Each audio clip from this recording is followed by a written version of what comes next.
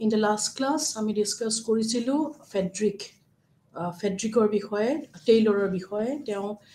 scientific management বা প্ৰশাসনিক ব্যৱস্থাপনাৰ বিষয়ে তেওঁৰ যি ধাৰণা অৱগত কৰিছিলে সেই ধাৰণাসমূহ আমি লাষ্ট ক্লাছত আলোচনা কৰিছিলো আৰু আজি আমি আলোচনা কৰিম হেনৰি ফেয়লে প্ৰশাসনিক ব্যৱস্থাসমূহৰ বিষয়ে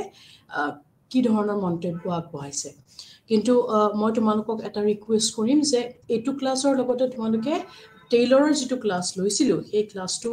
সাইন্টিফিক মেনেজমেন্টৰ সেই ক্লাছটো এবাৰ চাপা কিয়নো এই বস্তুখিনি তেওঁলোক দুইজনৰ মতামতখিনি বহুখিনি মিলে বা তাত এটা থিন লাইন ডিফাৰেন্স কিছুমান টপিকত থিন লাইন এটা ডিফাৰেন্সটো আমি দেখিবলৈ পাওঁ আজি মই ট্ৰাই কৰিম যিখিনি ডিফাৰেন্স আছে টেইলৰ আৰু হেৰিৰ মাজত আমাৰ ফেয়লৰ মাজত সেইখিনি যিমানখিনি মই পাৰো পইণ্ট আউট কৰিবলৈ এটা চেষ্টা কৰিম তথাপি অনুৰোধ কৰিছো যে তোমালোকে সেইটো এটা চালে উপকৃত হ'বা সো ফেয়ল আছিলে তেখেতৰ জন্ম হৈছিলে টাৰ্কিত 1841 চনত 1841 ত তেওঁ জন্মগ্ৰহণ কৰিছিলে তাৰ পিছত তেওঁ শিক্ষা গ্ৰহণ কৰিছিলে ফ্ৰান্সত তেওঁ এজন ইঞ্জিনিয়াৰ আছিলে ইঞ্জিনিয়াৰিং শিক্ষা তেওঁ গ্ৰহণ কৰিছিলে আৰু 1860 তেওঁ কি কৰিছিলে শিক্ষা সাং কৰি শিক্ষা মানে সমাপ্ত কৰি তেওঁ এটা খনিজ কোম্পানীত এজন কনিষ্ঠ কাৰ্যনিৰ্বাহক হিচাপে মানে জুনিয়ৰ ইঞ্জিনিয়াৰ হিচাপে তেওঁ জয়েন কৰিছিলে তাতে তেওঁ কাম কৰি আছিল বহু বছৰ ধৰি আৰু তাৰ পিছতে 1888 ত তেওঁ তাৰ পৰিচালন নিৰ্দেশক হিচাপে এপইন্টমেন্ট লাভ কৰে আৰু তাতে প্ৰায় তেওঁ 30 বছৰ 30 ইয়াৰ্স তেওঁ চাকৰি কৰিছিলে আৰু চাকৰি কৰাৰ পিছত 1918 ত তেওঁ ৰিটায়াৰ কৰে আৰু 1925 ত আফটাৰ 7 ইয়াৰ্স তেওঁ ইহলীলা সম্বৰণ কৰে সো এখিনি আছিল ইন্ট্ৰোডাকশন সো আজি আমি যেটো সেশন এই সেশনৰ আমাৰ অবজেক্টিভ কি দুটা অবজেক্টিভ আছে মৌলিক পৰিসৰৰ বিষয়ে ফাইলে যেটো ধাৰণা দিছে সেই ধাৰণাখিনি আমি বুজিবলৈ চেষ্টা কৰিম আৰু দ্বিতীয় অবজেক্টিভটো হৈছে যে সংগঠনৰ যিবোৰ নীতি সেই নীতিবোৰ ফেয়লে যি ধৰণে তেওঁ চিনাক্ত কৰিছে বা যি ধৰণে তেওঁ বৰ্ণনা কৰিছে আমি সেইখিনি বুজিবলৈ চেষ্টা কৰিম এতিয়া প্ৰথমতে আমি বুজো ফেয়লৰ মেনেজাৰিয়েল ফাংচনৰ যেটো ধাৰণা সেইটো আমি প্ৰথমতে আলোচনা কৰো ফেয়লে সংগঠনৰ কাৰ্যাৱলীখিনি এটা সংগঠনৰ যিখিনি কাৰ্যাৱলী থাকে সেই কাৰ্যাৱলীখিনিক তেওঁ পাঁচটা ভাগত ভাগ কৰিছে ওকে মনত ৰাখিবা অকমান বস্তুখিনি মন নিদিলে কনফিউজিং পাবা হয়তো তোমালোকে পঢ়ি কৈছা কাৰ্যাৱলীৰ সংগঠনৰ কাৰ্যাৱলীৰ বিভক্তিকৰণ কিন্তু তোমালোকে এক্সামত লিখিলা বা বুজিছা তোমালোকে প্ৰশাসনীয় বিভক্তিকৰণ গতিকে বস্তুখিনি অকমান ইজি হয় কিন্তু বুজিবৰ চেষ্টা কৰা বুজিলে বস্তুখিনি মনত থাকিব বা কনফিউজন নহব ভুল নহব তোমালোকৰ সো প্ৰথমতে আমি কি আলোচনা কৰিম ফেয়লে সংগঠনৰ কাৰ্যাৱলীখিনিক যিধৰণে ভাগ কৰিছে সেই ভাগকিটা ওকে প্ৰথমটো হৈছে টেকনিক্যাল মানে কাৰিকৰী ওকে এটা টেকনিক্যাল বুলি ক'লে কি বুজো সংগঠনৰ কাৰ্যাৱলীখিনি মানে এটা অৰ্গানাইজেচন আমি যিকোনো এটা উদ্যোগকে লৈ লওঁ বা শক্তি উদ্যোগ বা যিকোনো এটা কোম্পানীক লৈ লওঁ তাৰ যিখিনি সংগঠনটোৰ যিখিনি কাৰ্য থাকে যিখিনি ফাংচনছ থাকে সেই ফাংচনছখিনি ছটা ভাগত ভাগ কৰিছে প্ৰথমটো হৈছে কি টেকনিক্যাল মানে অসমীয়াত আমি কওঁ কাৰিকৰী টেকনিক্যাল মানে কি কাৰিকৰী কাৰ্যসমূহ সদায় সামগ্ৰী বা সামগ্ৰী সেৱাসমূহৰ উৎপাদনৰ লগত জড়িত টেকনিক্যাল যেটো সাইড হয় ওকে দ্বিতীয়টো দিছে বাণিজ্যিক মানে কমাৰ্চিয়েলটো আমি বুজি পাওঁ ভেৰি সিম্পল যেটো কিহৰ লগত ৰিলেটেড হয় এই কাৰ্যসমূহ বাইং সেলিং এক্সচেঞ্জ হয়নে মানে কি বুলি কৰা ক্ৰয় কৰা বিক্ৰয় কৰা বা বিনিময় কৰা এইখিনি লগত জড়িত ইয়াৰ পিছতে হৈছে বিত্তীয় মানে ফাইনান্সিয়েল এই বিত্ত বা বাজেট সম্পৰ্কীয় ধাৰণাসমূহৰ লগত জড়িত ওকে তাৰ পিছতে আছে তোমালোকৰ নিৰাপত্তাজনিত মানে সিকিউৰিটি এতিয়া নিৰাপত্তাজনিত বা সিকিউৰিটি বুলি ক'লে আমি কাক বুজাম কিহৰ সিকিউৰিটি কথা ফেয়লে কৈছে সম্পদসমূহৰ সেই উদ্যোগটোৰ সম্পদসমূহৰ আৰু বিষয়াসকলৰ সিকিউৰিটি ওকে তাত যিসকল নিযুক্ত হৈ আছে বিষয়াসকল তেওঁলোকৰ সিকিউৰিটি তাৰ পিছতে 5 নম্বৰৰ যেটো পইণ্ট দিছে হেতু হৈছে একাউন্টিং মানে হিসাব ৰক্ষণ তোমালোকে সবতে যোৱা একাউন্টস ডিপাৰ্টমেন্ট এটা থাকে নে নাথাকে যিকোনো অনুষ্ঠানত যোৱা তোমালোকৰ কলেজত বা তোমালোকৰ ইউনিভাৰ্সিটি স্কুলত সকলোতে একাউন্টস ডিপাৰ্টমেন্ট এটা থাকে ঠিক সেইদৰে এটা উদ্যোগটো একাউন্টস ডিপাৰ্টমেন্ট এটা থাকিবই হয়নে হেতু এটা one of the most important department তাত কি হয় যে বিত্তীয় যিবিলাক তথ্যপাতি সেইবিলাক পঞ্জীভূত কৰি ৰখা তাৰ পিছতে মানে প্ৰতিবেদন দাখিল কৰা এইখিনি কাম কোনে কৰে একাউন্টস ডিপাৰ্টমেন্ট বা একাউন্টিং যেটো পাৰ্ট হয় সেই পাৰ্টে সেইবিলাক সমস্যাৰ সমাধান কৰে বা সেই দিশটো তেওঁলোকে সেই দিশটো পৰিচালনা কৰে এতিয়া এই পাঁচটা হল আমাৰ কি সংগঠনৰ কাৰ্যাৱলীৰ বিভক্তিকৰণ আকৌ কৈছো প্ৰথমটো হৈছে টেকনিচিয়াল fourth to security and fifth to accounting okay অসমীয়া যদি কওঁ কাৰিকৰী প্ৰথমটো the second বাণিজ্যিক third বিত্তীয় fourth নিৰাপত্তাজনিত আৰু fifth হিসাব ৰক্ষণ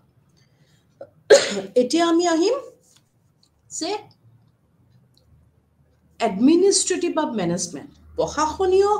বা ব্যৱস্থাপকীয় প্ৰশাসনৰ কাৰ্যাৱলীখিনি কেটা ভাগত ভাগ কৰিছে try to understand the difference প্ৰথম পাৰ্টত আমি কি পঢ়িলো সংগঠনৰ কাৰ্যাৱলীৰ বিভক্তিকৰণ various types আৰু এতিয়া কি পঢ়িম প্ৰশাসনৰ যেটো কাৰ্যাৱলী সংগঠন এটা হল সংগঠন এটো হৈছে প্ৰশাসনৰ যেটো এডমিনিষ্ট্ৰেচনৰ বা ম্যানেজমেন্টৰ যিখিনি কাৰ্য সেইখিনিকো এগেইন ফেয়লে পাঁচটা ভাগত ভাগ কৰিছে ওকে এতিয়া প্ৰথমটো কি দিছে প্ল্যানিং প্ৰথম পইণ্টটো তেওঁ দিছে প্ল্যানিং মানে প্ৰশাসনৰ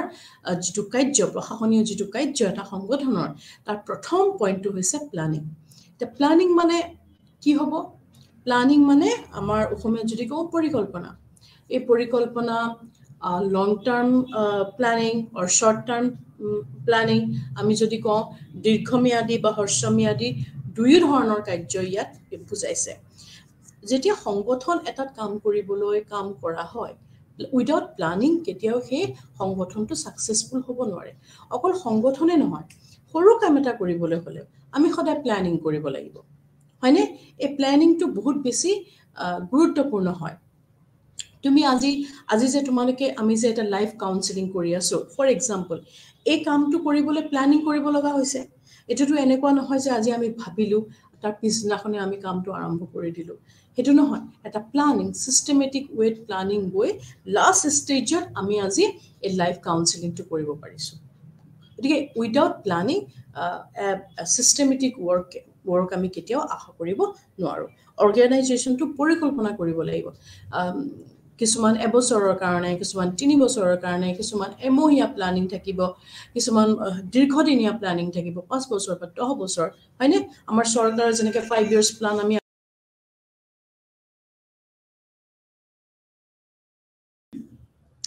এই যে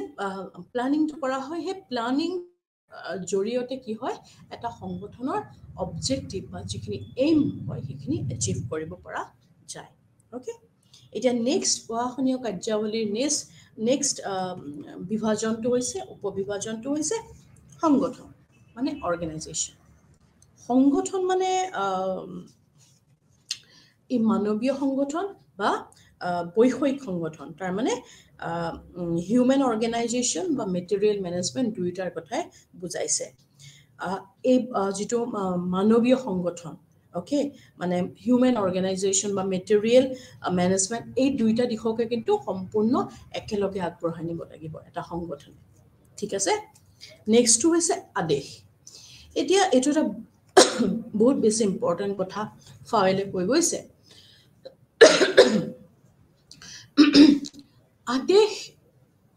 আদেশৰ প্ৰয়োজন সকলো অৰ্গানাইজেচন বা সংগঠনত আছে আদেশৰ অবিহনে এটা অৰ্গানাইজেচন চলিব নোৱাৰে কাম নহয় এতিয়া তেনেকে কোতে এটু ক'ব লাগিব যে আদেশ দিয়াৰ বা কমান্ড দিয়াৰ সকলোৰে অৰ্ডাৰ দিয়াৰ সকলোৰে ক্ষমতা নাথাকে তোমালোকে আজি যিকোনো এটা এক্সাম্পল লৈ লোৱা এক্সাম্পল তোমালোকৰ কলেজখনৰ এক্সাম্পল এটা লৈ লোৱা কলেজখনৰ যিটো এডমিনিষ্ট্ৰেশ্যন বা মেনেজমেণ্ট তাত আদেশ কোনে দিয়ে এজন কলেজখনৰ প্ৰিন্সিপাল ছাৰ বা মেমে দিব হয়নে বা এটা ডিপাৰ্টমেণ্টৰ কোনে আদেশ দিব হেড যিগৰাকী থাকে হেড মেম বা হেড ছাৰ তেওঁ দিব তেওঁলোকৰ হাতত কি থাকে মানে অৰ্ডাৰ দিয়াৰ তেওঁলোকক সেই পাৱাৰটো দিয়া হয় অৰ্ডাৰ দিয়াৰ কিন্তু এতিয়া কথাটো হ'ল যে এই অৰ্ডাৰ দিয়াৰ আগতে ফেওলে এইটো কৈছে যে অৰ্ডাৰ দিবলৈ হ'লে যাৰ মৰ্জি তেওঁৱে অৰ্ডাৰ দিব নোৱাৰে নিৰ্দিষ্ট পদত অধিষ্ঠিত ব্যক্তিসকলেহে অৰ্ডাৰ দিব পাৰে কিন্তু নিৰ্দিষ্ট পদত ব্যক্তিসকলে অৰ্ডাৰ দিবলৈ পাৰিব তেওঁলোকৰ এইটো কেপাচিটি তেওঁলোকক এইটো পাৱাৰ দিয়া হয় কিন্তু তাৰ কাৰণে বিশেষ জ্ঞান লাগিব আৰু বিশেষ দক্ষতাৰ প্ৰয়োজন হ'ব without that knowledge and capability is order দিলেও হয়তো তেওঁ এফিচিয়েণ্ট অৰ্ডাৰ দিয়াত অসমৰ্থ হ'ব বা তেওঁ যিবিলাক অৰ্ডাৰ দিব সেইবিলাক ফ্ৰুটফুল নহ'ব ফলপ্ৰসূ নহ'ব সো আমি যেতিয়া আদেশৰ কথা ফেওলে যেতিয়া আদেশৰ কথা কৈছে ফেওলে অতি সুন্দৰভাৱে কৈছে যে আদেশৰ লগত ৰেছপন্সিবিলিটি দায়বদ্ধতা বা নলেজ বা কেপাচিটি দক্ষতা জ্ঞান এইখিনি বহুতখিনি প্ৰয়োজন আছে নেক্সট পইণ্টটো হৈছে নিয়ন্ত্ৰণ মানে কন্ট্ৰোল এতিয়া অৰ্গেনাইজেশ্যনত নিয়ন্ত্ৰণ বা কন্ট্ৰোল কেনেকৈ কৰা যাব এটা অৰ্গেনাইজেশ্যনত বিভিন্ন ধৰণৰ পদ থাকে বিভিন্ন ধৰণৰ ডিপাৰ্টমেণ্ট থাকে সেই ডিপাৰ্টমেণ্টত কিছুমান কাম ন্যস্ত কৰা হয় কিছুমান দায়িত্ব অৰ্পণ কৰা হয় এতিয়া সেই দায়িত্ববোৰ যাক অৰ্পণ কৰা হয় কোনোবা ব্যক্তিগত বিষয়া বা এটা ডিপাৰ্টমেণ্টক এটা বিভাগক যেতিয়া দায়িত্বটো অৰ্পণ কৰা হয় সেই দায়িত্বটো সুচাৰুৰূপে পালন হৈছে নে নাই সেইটোৱে হৈছে তাক চেক কৰাটো তাক নিৰীক্ষণ কৰাটোৱে হৈছে কন্ট্ৰোল মানে নিয়ন্ত্ৰণ সেইটো নিয়ন্ত্ৰণ যদি নকৰা হয় তেনেহ'লে ফেওলেতো কৈছে যে নিয়ন্ত্ৰণ লাগিবই কিন্তু আমি যদি দৈনন্দিন জীৱনতো আমি দেখা পাওঁ যে তোমালোকে কোনোবা এজন মানুহক কিবা এটা দায়িত্ব অৰ্পণ কৰিছা কোনোবা এটা কাম কৰিবলৈ গৈছে তুমি তাক আপডেটটো লৈ থাকিব লগা হয় কামটো হৈছে নে নাই কামটো পৰিপাটিকৈ হৈছে নে নাই কিবা অসুবিধাৰ সৃষ্টি হৈছে নেকি টেকনিক্যাল কিবা প্ৰব্লেম হৈছে নেকি এটচেট্ৰা বিভিন্ন ধৰণে সো এই আপডেটটো মানে এই কন্ট্ৰোলটোৰ কথাই কৈছে ওকে নেক্সটটো কি হৈছে সমন্বয় সাধন কোঅৰ্ডিনেশ্যন ইম্পৰ্টেণ্ট হয় কোঅৰ্ডিনেশ্যনৰ কথা আমাৰ FW টেইলৰে বহুত সুন্দৰকৈ কৈ গৈছে তেওঁৰ প্ৰিন্সিপলৰ এটা ইম্পৰ্টেণ্ট প্ৰিন্সিপল আছিলে কোঅৰ্ডিনেশ্যনটো এতিয়া কোঅৰ্ডিনেশ্যন মানে এটা ডিপাৰ্টমেণ্টৰ মাজত মানে এটা অনুষ্ঠানত থকা বিভিন্ন ডিপাৰ্টমেণ্ট বিভিন্ন বিভাগ বিভিন্ন বিষয়া আমি যদি চাওঁ অধিক্ৰমত থকাও মানে বিভিন্ন যদি স্কেলাৰ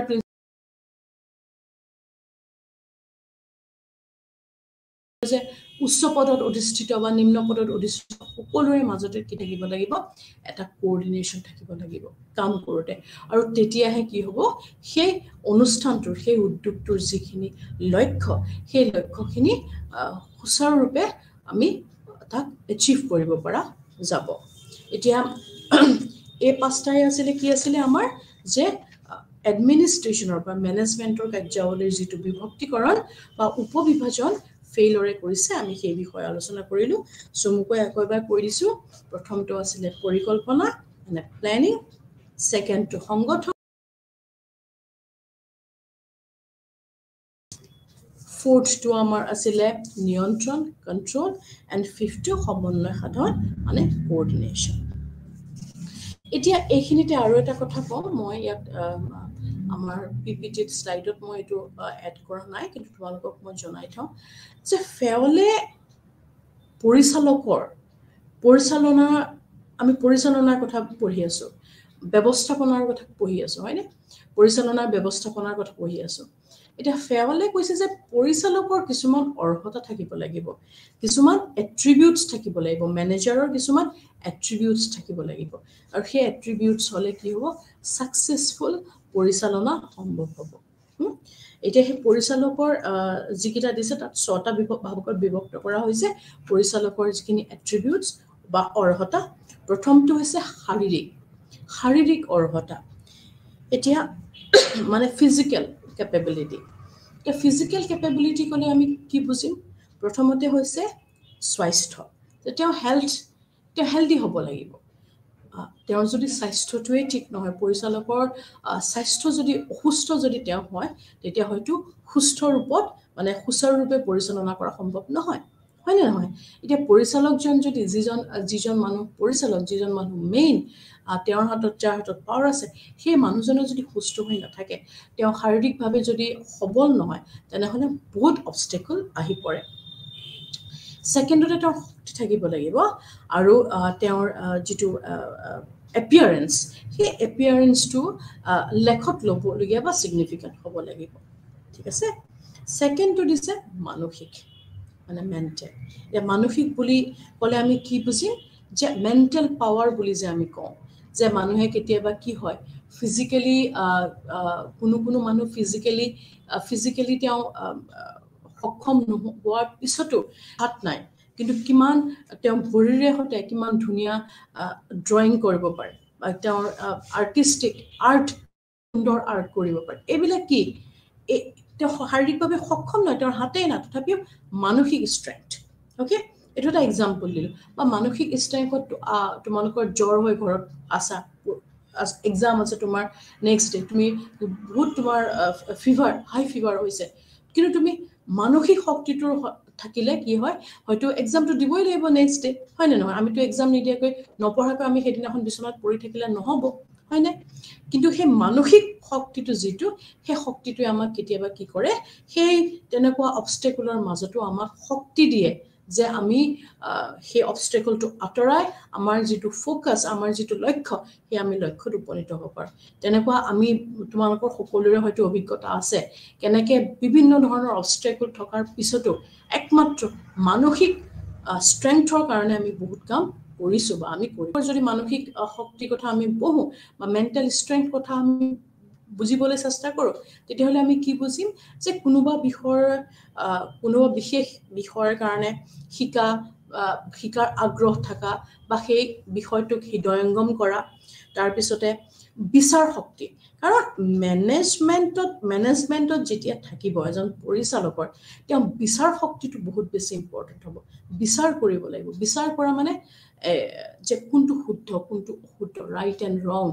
অ'কে, জাষ্টিছ, ইনজাষ্টিছ, এইটো বহুত বেছি এটা ইম্পৰ্টেণ্ট হয়। কাৰণ তোমালোকে 19 চনত সেই যিটো গোটৰ তেওঁ পৰিচালক, কিবা এটা প্ৰব্লেম হ'লে ছল্ভ তেওঁৱে কৰিব লাগিব, পৰিচালকজনে কৰিব লাগিব। গতিকে পৰিচালকৰ যদি বিচাৰ কৰাৰ তেওঁৰ কেপেবিলিটি নাথাকে, তেনেহ'লে সমস্যাৰ সৃষ্টি হ'ব। তাৰপিছত মনোবল, তেওঁৰ ষ্ট্ৰেংথ হ'ব লাগিব। মনোবল যিটো মই এক্সাম্পলটো দিলোঁ, যে মনোবল নোৱাৰিলেও বিভিন্ন ধৰণৰ পৰিচালনাৰ ক্ষেত্ৰত বিভিন্ন ধৰণৰ অবষ্টেকল আমি আনএভইডেবল, আহিবই। তুমি যেতিয়া এটা গ্ৰুপত কাম কৰা, অবষ্টেকল আহিব, কিন্তু সেই অবষ্টেকলটোক আঁতৰাই কেনেকৈ লক্ষ্যত উপনীত হ'ব পাৰা, সেইটো হৈছে মনোবল, হয়নে? আমি অবষ্টেকলৰ অজুহাত দি, আমি এক্সকিউজেছ বুলি যিটো কওঁ, আমি এক্সকিউজেছ দিব পাৰোঁ, কিন্তু সেই এক্সকিউজেছটো আঁতৰাই পেলাই অবষ্টেকলটো নাইকিয়া কৰি কেনেকৈ আমি সফল হ'ব পাৰোঁ, সেইটোৱে হৈছে মনোবল। আৰু এটা গুণ থাকিব লাগিব, যেতিয়া আমি মানসিক ষ্ট্ৰেংথৰ কথা কওঁ, যে পৰিৱেশৰ লগত খাপ খাব পাৰা। যেনেকুৱা ধৰণৰ পৰিৱেশ, সেই পৰিৱেশটোৰ লগত খাপ খাব পাৰা। এতিয়া পৰিচালনা কৰি থাকোঁতে এটা অৰ্গেনাইজেশ্যন বহুত ক্ষেত্ৰত কি হ'ব পাৰে, বিভিন্ন ধৰণৰ পৰিৱেশৰ তেওঁৰ সন্মুখীন হ'ব লগা হ'ব পাৰে। কেতিয়াবা হয়তো ফাইনেন্সিয়েলি লছ দেখিবলৈ পাব, তেওঁ বিৰোধ কৰিব, হয়নে? তেওঁৰ তলতীয়া যিখিনি কৰ্মচাৰী, বা কেতিয়াবা প্ৰডাকশ্যনত প্ৰব্লেম হ'ব, বিভিন্ন ধৰণৰ। সেই পৰিৱেশটোৰ লগত তেওঁ কেনেকৈ নিজকে খাপ খুৱাব, কেনেকৈ তেওঁ ষ্টেবিলিটিটো মেইনটেইন কৰিব, আৰু সেই পৰিৱেশটো তেওঁ কেনেকৈ সেই পৰিৱেশটোৰ যিটো পৰিৱেশটোৰ কাৰণে সমস্যা এটাৰ সমাধান হৈছে, সমস্যা এটাৰ সৃষ্টি হৈছে, সেই সমস্যাটোৰ সমাধান কৰি তেওঁ কেনেকৈ আগুৱাই যাব সেই বিষয়ে তেওঁ কি থাকিব লাগিব, কমপ্লিট হোল্ড বা তেওঁৰ শক্তি থাকিব লাগিব। নেক্সটটো হৈছে মৰেল বা নৈতিকতা, মৰেলিটি বা নৈতিকতা। মানে মৰেলিটি আৰু নৈতিকতা এইটো মানে মানসিক শক্তিৰ লগত অকমান ৰিলেটেড হয়, কাৰণ মৰেলিটিটো আমাৰ মেণ্টেল কেপেবিলিটিৰ লগত বহুতখিনি মিল থাকে, হয় নে নহয়? আমি ভাল বা বেয়া সেইটোৱেতো এথিক্স হয়, সেইটোৱেতো মৰেল হয়, যে এইটো কৰা উচিত সেইটো কৰা অনুচিত, সেইটোৱে মেণ্টেল আমাৰ কি হয়, মেণ্টেল আমাৰ ইণ্টেলেকচুৱেল, হয় নে নহয়? এতিয়া ইয়াত আমি যেতিয়া কওঁ যে মৰেলিটি থাকিব লাগিব বা নৈতিকতা থাকিব লাগিব এজন পৰিচালকৰ, সেইটোৱে কি বুজায় যে দৃঢ়তা আৰু দায়িত্ব বহন কৰাৰ আগ্ৰহশীলতা। তেওঁ দৃঢ় হ'ব লাগিব আৰু দায়িত্ব এটা বহন কৰিবলৈ তেওঁ আগ্ৰহ থাকিব লাগিব। তাৰমানে এতিয়া মানুহৰ, তোমালোকে হয়তো মন কৰিছা, এক্সপিৰিয়েঞ্চ তোমালোকৰ হৈছে যে সকলো মানুহে দায়িত্ব বহন কৰিব নোৱাৰে। কিন্তু তুমি কাৰোবাক দায়িত্বটো দিছা, কিছুমান মানুহে সেই দায়িত্বটো দিছা কাৰণে পালন কৰে, কৰিব লাগে কাৰণে কৰে। কিছুমান মানুহে তেওঁ দায়িত্বটো পালন কৰিব। সাপোজ আমি XYZ যদি তিনিটা ভাগত বিভক্ত কৰোঁ, Xক তুমি দায়িত্বটো দিলা,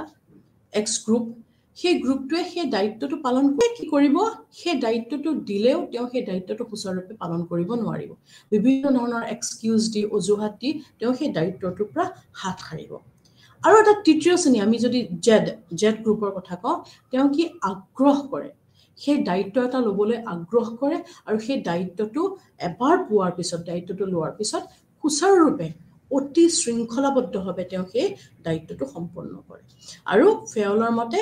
আমাৰ যিজন পৰিচালক, মেনেজমেণ্টৰ ৩ নম্বৰ যিটো জেড গ্ৰুপৰ কেপেবিলিটি আছে, সেই কেপেবিলিটিটো থাকিব লাগিব। এতিয়া নেক্সটটো হৈছে সাধাৰণ জ্ঞান। সাধাৰণ জ্ঞান মানে জেনাৰেল নলেজ। জেনাৰেল নলেজ মানে কি হ'ব, সাপোজ পৰিচালনা কৰা মানুহৰ, মেনেজমেণ্টৰ মানুহৰ, তেওঁ বিজনেছ মেনেজমেণ্ট MBA কৰিছে বা তেওঁ ইঞ্জিনিয়াৰিং কৰিছে, BTech কৰিছে, অ'কে, সেইটো তেওঁৰ কি হ'ল, সেইটো তেওঁৰ স্পেচিয়েল নলেজ হ'ল। তাৰ বাহিৰেও তেওঁৰ সমাজৰ বিষয়ে, সংস্কৃতিৰ বিষয়ে বা ৰাজনীতিৰ বিষয়ে জেনাৰেল নলেজ তেওঁৰ থাকিব লাগিব। বিকজ অনলি থিয়ৰিটিকেলি যিখিনি তেওঁৰ কামৰ লগত ৰিলেটেড, কোনোবা এজন ইঞ্জিনিয়াৰ হ'ল, তেওঁ মেকানিকেল ইঞ্জিনিয়াৰ হ'ল বা কম্পিউটাৰ ইঞ্জিনিয়াৰ হ'ল, তেওঁ নিজৰ ছাবজেক্টটোৰ বিষয়ে জানিলেই নহ'ব। তাৰমানে তেওঁ তাৰ উপৰিও আনুষংগিক যিবিলাক ৰাজনৈতিক,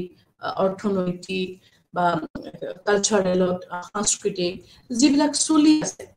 সেই চলি থকা গোটেইখিনি তেওঁৰ খা-খবৰ তেওঁ থাকিব লাগিব। ইয়াৰ পিছতে হৈছে বিশেষ জ্ঞান। বিশেষ জ্ঞান মানে স্পেচিয়েল নলেজ। এইটো কি বুজাইছে, কৰ্ম সম্বন্ধীয় বিশেষ জ্ঞান। অ'কে, এই জ্ঞান কাৰিকৰী, বাণিজ্যিক, বিত্তীয় বা প্ৰশাসনিক। এতিয়া বিশেষ জ্ঞানটো লাগিবই। তাৰমানে ফৰ এক্সাম্পল, এতিয়া মই এগৰাকী টিচাৰ, মোৰ জেনাৰেল নলেজ আছে, জেনাৰেল নলেজত মই জানো, কিন্তু তোমালোকক মই যেতিয়া পলিটিকেল চায়েন্স বা পাব্লিক এডমিনিষ্ট্ৰেশ্যন পঢ়াম, এই বিষয়টোৰ ওপৰত, জেনাৰেল নলেজৰ উপৰিও এই বিষয়টোৰ ওপৰত মোৰ সম্পূৰ্ণ দক্ষতা থাকিব লাগিব। নহ'লে মই তোমালোকক এটা ফ্ৰুটফুল ছেশ্যন ডেলিভাৰ কৰিব নোৱাৰিম, হয়নে নহয়? বিশেষকৈ মই বাকীবিলাক, এতিয়া মই লজিকৰ কথা, ফিলচফিৰ কথা কিবা জানো, বা ইকনমিক্সৰ কথা কিবা জানো, বা ইংলিছ, সাইকলজি, এডুকেশ্যনৰ কথা জানো, সেইটো এটা পাৰ্ট। কিন্তু মই যদি তোমালোকক পাব্লিক এডমিনিষ্ট্ৰেশ্যন পঢ়াম বা মই পলিটিকেল চায়েন্স পঢ়াম, so' I will have to be very specific. মোৰ কমপ্লিট ডিপ নলেজ এই ছাবজেক্টটোৰ ওপৰত থাকিব লাগিব। সেইটোৱে হৈছে কি হৈছে স্পেচিয়েল নলেজ। যিজন মেনেজাৰক যিটো দায়িত্ব দিয়া হ'ব, তাত তেওঁৰ স্পেচিয়েল নলেজ থাকিব লাগিব। ইয়াৰ পিছতে 6 নম্বৰ যিটো এট্ৰিবিউটছ, পৰিচালকৰ অৰ্হতা ফেয়লে উল্লেখ কৰিছে, সেইটো কি হৈছে অভিজ্ঞতা, এক্সপিৰিয়েঞ্চ। এক্সকিউজ মি। এতিয়া অভিজ্ঞতাটো বুলি কওঁতে কি কৈছে যে কৰ্মৰ পৰা আহৰণ কৰা অভিজ্ঞতা তোমালোকে যদি কোনোবাই ইণ্ডাষ্ট্ৰীত কাম কৰিছা বা এমএনচিত কাম কৰিছা বা তেনেকুৱা ধৰণৰ অনুষ্ঠানত কাম কৰিছা বা তোমালোকে মন কৰিবা যিকোনো ধৰণৰ জবতে এক্সপিৰিয়েঞ্চ আছে এই এক্সপিৰিয়েঞ্চ থাকিলে কি হয় মানে প্ৰিফাৰেঞ্চ পোৱা যায় ইণ্টাৰভিউ সময়ত ধৰি লওক 5 জন মানুহ আহিছে কিন্তু যিজনৰ এক্সপিৰিয়েঞ্চ প্ৰেক্টিকেলি জানে যে কি হৈছে তেওঁলোকে নিজৰ কৰ্মৰ পৰা অভিজ্ঞতা আহৰণ কৰিছে আৰু সেইটো কোনো কিতাপে বা কোনো থিওৰিটিকেল নলেজে সেইটো তোমাক দিব নোৱাৰে যেটো প্ৰেক্টিকেলি মানুহে আহৰণ কৰে সেইটোৱে ফেয়লে কৈছে যে প্ৰেক্টিকেল নলেজ থাকাটো বহুত significant হয় বহুত দৰকাৰী হয় when it comes to the attributes of managers okay পৰিচালকৰ অৰ্হতা যেতিয়া আমি পঢ়ো তেতিয়া হলে যে এক্সপেৰিয়েন্স টু কৰ্মৰ দ্বাৰা আহৰণ কৰা অভিজ্ঞতা থকাটো অতি প্ৰয়োজন হয় এতিয়া আমি ফেয়লৰ সবতকৈ বেছি ইম্পৰ্টেন্ট যেটো প্ৰিন্সিপলছ okay সেই প্ৰিন্সিপলছ খিনি আমি পঢ়িম যেনে সংগঠনৰ নীতিসমূহ যিখিনি ফেয়লে দিছে এই সংগঠন এক্সকিউজ মি সংগঠনৰ নীতিসমূহ তোমালোকে যদি মনত আছে বা মোৰ লেকচাৰটো চোৱা টেইলৰ লেকচাৰটো তেতিয়া দেখিব যে টেইলৰে সংগঠনৰ নীতিসমূহ তেওঁ দিছিলে সাইন্টিফিক মেনেজমেন্টৰ মানে প্ৰিন্সিপলছ অফ সাইন্টিফিক মেনেজমেন্ট বৈজ্ঞানিক ব্যৱস্থা নীতিসমূহ তাত চাৰিটা নীতিৰ কথা কৈছে প্ৰথমটো হৈছে টেইলৰে ওকে কৰ্মৰ প্ৰকৃত জ্ঞান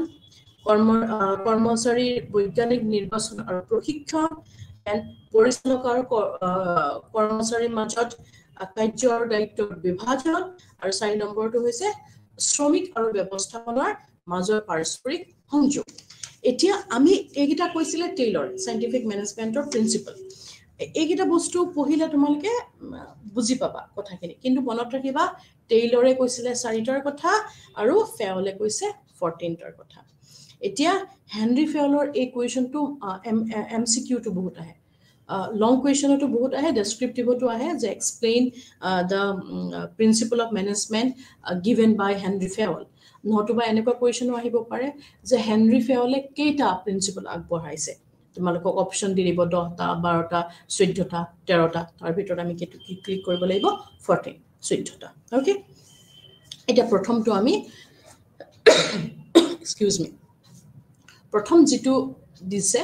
হেতু আমি পঢ়িম প্ৰথম পইণ্টটো হৈছে division of work now what we are discussing আমি আজি কি ডিসকাস কৰিছো সংগঠনৰ নীতিসমূহ principles of management by Henri Fayol তো ফাৰ্স্ট প্ৰিন্সিপল ইজ শ্ৰমৰ বিভাজন কৰ্মৰ বিভাজন ডিভিজন অফ ওয়াৰ্ক ওকে এতিয়া টেইলৰৰ কথাটো মই এটা অলপ আনিম যাতে তোমালোকে বুজি পোৱা কনফিউজ নোহোৱা টেইলৰে কি কৈছিলে যে শ্ৰমৰ বিভাজন হ'ব লাগে টেইলৰৰ মতে শ্ৰমৰ বিভাজন হ'বই লাগিব মানে পৰিচালক আৰু কৰ্মচাৰীৰ মাজত কাৰ্য আৰু দায়িত্বৰ বিভাজন তাৰ মানে টেইলৰে কি কৈছিলে যে এটা অনুষ্ঠানত বা এটা সংগঠনত এটা মেন্টালিটি থাকে যিসকল আপাৰ লেভেলৰ কৰ্মচাৰী তেওঁলোকে উচ্চ বৰ্গত থকা কৰ্মচাৰীসকলৰ এটা মেন্টালিটি থাকে যে মোষ্ট অফ দা ওয়াৰ্ক তেওঁলোকৰ তুলতীয়া কৰ্মচাৰীক দিয়ে আৰু নিজৰ কাৰণে কম কাম ৰাখে টেইলৰে হেতু পইণ্ট আউট কৰিছিলে আৰু টেইলৰৰ মতে কি যে হেতু হ'ব নালাগে কৰ্মৰ সদায় সমান বিভাজন আৰু দায়িত্বৰ সদায় সমান বিভাজন হ'ব লাগে টেইলৰে হেতু কৈছে এতিয়া কৰ্মৰ বিভাজন বুলি ক'লে ডিভিজন অফ পাৱাৰ আমি ফেয়লৰ কথা কওঁ তেতিয়া কি বুজো ফেয়লে কৈছে যে এটা অনুষ্ঠানত সকলো কৰ্মচাৰীকে কাম বিভক্ত কৰি দিব লাগে এইটো এটা বিভক্তিকৰণ কেনেকৈ কৰা হ'ব কেপাচিটিৰ ওপৰত তোমাক যদি মন কৰা আমাৰ প্ৰতিজন মানুহৰে কিছুমান স্কিল থাকে কিছুমান পাৰ্টিকুলাৰ কিছুমান কামত পাৰ্গত সকলো কামতে পাৰ্গত নহয় ই অসম্ভৱ গতিকে ফেয়লে স্ট্ৰাগল কৰিব লাগিব কামটো কৰিবলৈ হয়নে মই সেই কামটো কৰিবলৈ স্ট্ৰাগল কৰিব লাগিব বা বহুত স্ট্ৰাগলৰ পাছতো মই এফিশিয়েন্টলি কামটো কৰিব নোৱাৰিম যেটো কাৰণে উদ্যোগটো লোকচানৰ সন্মুখীন হ'ব বা বেমেজালিৰ সৃষ্টি হ'ব হয়নে মোক এনেকুৱা এটা কাম দিব লাগিব যেটো কাম মই কৰিব পাৰো গতিকে ফেয়াৰলি সেইটো কৈছে যে দক্ষতা অনুসৰি কৰ্মৰ বিভাজন থাকিব লাগিব এই কৰ্মৰ বিভাজনটো আমি পাইছোৱে বহুত বাৰ পঢ়িছো আমি জানো আমি কৌটিল্যই সেইটো কথা কৈছে শ্ৰমৰ বিভাজন ডিভিজন অফ পাৱাৰ প্ৰথম যেতিয়া আমি ক্লাছটো কৰিছিলো কৌটিল্যই কৈছে division of power is very important যিসকল যিটো কামত যি মানুহ এডমিনিষ্ট্ৰেশ্যনত ভাগ তেওঁ এডমিনিষ্ট্ৰেশ্যনৰ কাম দিব যি মানুহ ৱাৰ ৰিলেটেড কামত ভাগ তেওঁ ৱাৰ ৰিলেটেড কাম দিব যি মানুহে মন্ত্ৰণা কৰিব পাৰে তেওঁলোকক মন্ত্ৰী বঁটা হ'ব এইবিলাক কৌটিল্যই কৈ গৈছে চ' যুগ যুগৰ পৰাই এইখিনি চিষ্টেম চলি আছে আজিও আমি যদি চাওঁ আমাৰ এই চিষ্টেমতে আজি যে মই তোমালোকক অনলাইন ক্লাছ লৈ আছোঁ হয়নে এই অনলাইন ক্লাছত টেকনিকেল যিখিনি কাম টেকনিচিয়ানৰ কাম টেকনিকেল কামখিনি এনেকুৱা এজন মানুহে কৰিছে যি পাৰ্গত এতিয়া মোক তোমালোকে যদি টেকনিকৰ কামখিনি মোক এই সংগঠনৰ পৰিচালকে যদি মোক টেকনিকেল কাম কৰিবলৈ দিয়া হয় মই ছাকচেছফুলি কৰিব নোৱাৰিম হয়নে কথাটো বুজি যা চ' ক্ষমতা অনুসৰি পাৰদৰ্শিতা অনুসৰি কৰ্মৰ বিভাজন কৰিবই লাগিব নেক্সট পইণ্টটো হৈছে কৰ্তৃত্ব কৰ্তৃত্ব মানে কি হৈছে ইয়াত অথৰিটি থাকে অথৰিটি মানে এনে ব্যক্তিক এটা পদত অধিষ্ঠিত কৰা হয় আৰু উচ্চ পদত অধিষ্ঠিত কৰা হয় তাৰ পৰা তেওঁ কৰ্তৃত্ব বা অথৰিটি চলাব পাৰে এতিয়া কৰ্তৃত্ব বুলি ক'লে কিন্তু অথৰিটি নাহে ইয়াৰ লগে লগে কি আহিব দায়বদ্ধতা আহিব ৰেছপন্সিবিলিটি আহিব একাউণ্টেবিলিটি আহিব এতিয়া আমি যদি আমাৰ অসমৰ আমি চাওঁ যে আমাৰ অসমৰ চিফ মিনিষ্টাৰ কোন ডক্টৰ হিমন্ত বিশ্ব শৰ্মা তেওঁৰ অথৰিটি দিয়া হৈছে চিফ মিনিষ্টাৰৰ যিটো পজিশ্যন যিখন চেয়াৰ তেওঁ তাত আমি বহিবলৈ আমি তেওঁক অধিকাৰ দিছোঁ আমি ভোট দিছোঁ আমি অধিকাৰ গণতান্ত্ৰিক পদ্ধতিৰে আমি তেওঁক অধিকাৰ দিছোঁ তেওঁক অথৰিটি আমি দিছোঁ হয় কাৰেক্ট কিন্তু অথৰিটিটো দিয়াৰ লগে লগে কি আহি গ'ল তেওঁৰ ৰেছপন্সিবিলিটি আহি গ'ল তেওঁৰ দায়িত্ব আহি গ'ল তাৰ মানে হিমন্ত বিশ্ব শৰ্মা অকল চিফ মিনিষ্টাৰ হৈ থাকিলেই নহ'ব চিফ মিনিষ্টাৰ হৈ তেওঁৰ যিখিনি ক্ষমতা সেই ক্ষমতাখিনি উপভোগ কৰিলে নহ'ব সেই ক্ষমতাৰ লগত কি কৰিব লাগিব ক্ষমতাৰ যোগেদি তেওঁ কি কৰিব লাগিব অসমীয়া ৰাইজৰ যিখিনি আশা যিখিনি তেওঁৰ যিখিনি কৰিবলগীয়া কাম আছে মানুহৰ কাৰণে অসমীয়া মানুহৰ অসমখনৰ উন্নতিৰ কাৰণে তেওঁ কাম কৰি যাব লাগিব সৰ্বাংগীন উন্নতি মানুহৰ সৰ্বাংগীন উন্নতিৰ কাৰণে তেওঁ কাম কৰিব লাগিব তেওঁৰ সেই দায়িত্বটো তেওঁৰ যি অথৰিটি পাইছে সেই ক্ষমতাখিনি তেওঁ কি কৰিব লাগিব ইউজ কৰি মানুহৰ লাইফটো অসমীয়া জাতিৰ লাইফ জীৱন ধাৰা কি কৰিব লাগিব উন্নতি কৰিব লাগিব ঠিক সেইদৰে এটা অনুষ্ঠানত যেতিয়া কাৰোবাক কৰ্তৃত্ব দিয়া হয় বা কাৰোবাক অথৰিটি দিয়া হয় তেতিয়া কি হয় তাৰ লগতে তেওঁক দায়িত্বও দি দিয়া হয় তাৰ লগতে তেওঁক ৰেছপন্সিবিলিটিও দি দিয়া হয় নেক্সট পইণ্টটোৰ কথা ফেয়াৰলে কি কৈছে সংগঠনৰ নীতিসমূহৰ থাৰ্ড যিটো নীতি সেইটো হৈছে অনুশাসন মানে ডিচিপ্লিন অনুশাসন আমি জানো বহুত গুৰুত্বপূৰ্ণ হয় এতিয়া অনুশাসন অবিহনে একো কাম নহ'ব যেতিয়া আমি গ্ৰুপ ৱৰ্ক কৰোঁ specially not even group work individually also আমি ডিচিপ্লিন কিছুমান মেইনটেইন কৰিবলগীয়া হয় এতিয়া তোমালোকে ক্লাছলৈ কলেজৰ ক্লাছ বা ইউনিভাৰ্চিটি ক্লাছলৈ তোমালোকে সময়ত আহিব লাগিব সময়মতে ক্লাছ কৰিব লাগিব as per time table exam তোমালোকে সময়ত দিব লাগিব ইউনিফৰ্ম যদি আছে ইউনিফৰ্ম পিন্ধিব লাগিব সেই অনুষ্ঠানটোৰ যিখিনি ৰুলছ এণ্ড ৰেগুলেশ্যন সেইখিনি ফ'ল' কৰিব লাগিব হয়নে নহয় এতিয়া সেই একেখিনি কথাই কি হ'ব এটা অনুষ্ঠান বা এটা উদ্যোগতো সেইখিনি ডিচিপ্লিন মেইনটেইন কৰিবলগীয়া হ'ব তাৰমানে উচ্চবৰ্গ বিষয়ে যিখিনি নিয়ম নীতি মানি দিছে সেই নিয়ম নীতিবোৰ ফ'ল' কৰা হয়নে তাক উলংঘা নকৰা বা সময়মতে আহা সময়মতে যোৱা নিজৰ দায়িত্বখিনি সময়মতে ডেলিভাৰী কৰা হয়নে ভালকৈ এইবিলাক হৈছে ডিচিপ্লিন মেইনটেইন কৰা এতিয়া তোমালোকে এখন ছবি কল্পনা কৰা যে এটা সংগঠনৰ বা এটা উদ্যোগৰ কৰ্মচাৰীসকলে নীতিসমূহ পালন কৰিবলৈ তেওঁলোক আগ্ৰহ নহয় আজি উদ্যোগটোৰ কৰ্তৃপক্ষই এটা নীতি পালন কৰি দিলে এটা নিয়ম বান্ধি দিলে যে XYZ এই নিয়মটো পালন কৰিব লাগে কিন্তু লগে লগে সংগঠনৰ মানুহবিলাকে objection okay it's fine objection কৰিব পাৰে সংগঠনৰ কৰ্মচাৰীসকলৰ অবজেকশ্যন পাৱাৰ তেওঁলোকৰ ৰাইট আছে কিন্তু প্ৰতিটো কামতেই যদি আমি দুখ উলিয়াই থাকিবলৈ বিচাৰো বা প্ৰতিটো কামতেই যদি আমি প্ৰটেষ্ট কৰিবলৈ বিচাৰো প্ৰতিটো নিয়ম নীতি বা প্ৰতিটো কথাতে যে তেনেকুৱাটো যদি আমি মেণ্টেলিটি এটা ৰাখোতে নিগেটিভিটি ক্ৰিয়েট কৰা মেণ্টেলিটি এটা ৰাখো তেনেহ'লে সেই উদ্যোগটোৰ উন্নতি সম্ভৱ নহয় নেক্সট হৈছে আমাৰ আদৰ্শৰ ঐক্য unity of command very very interesting এতিয়া ইউনিটি অফ কমাণ্ড মানে এইটো নহয় কমাণ্ডৰ unity okay word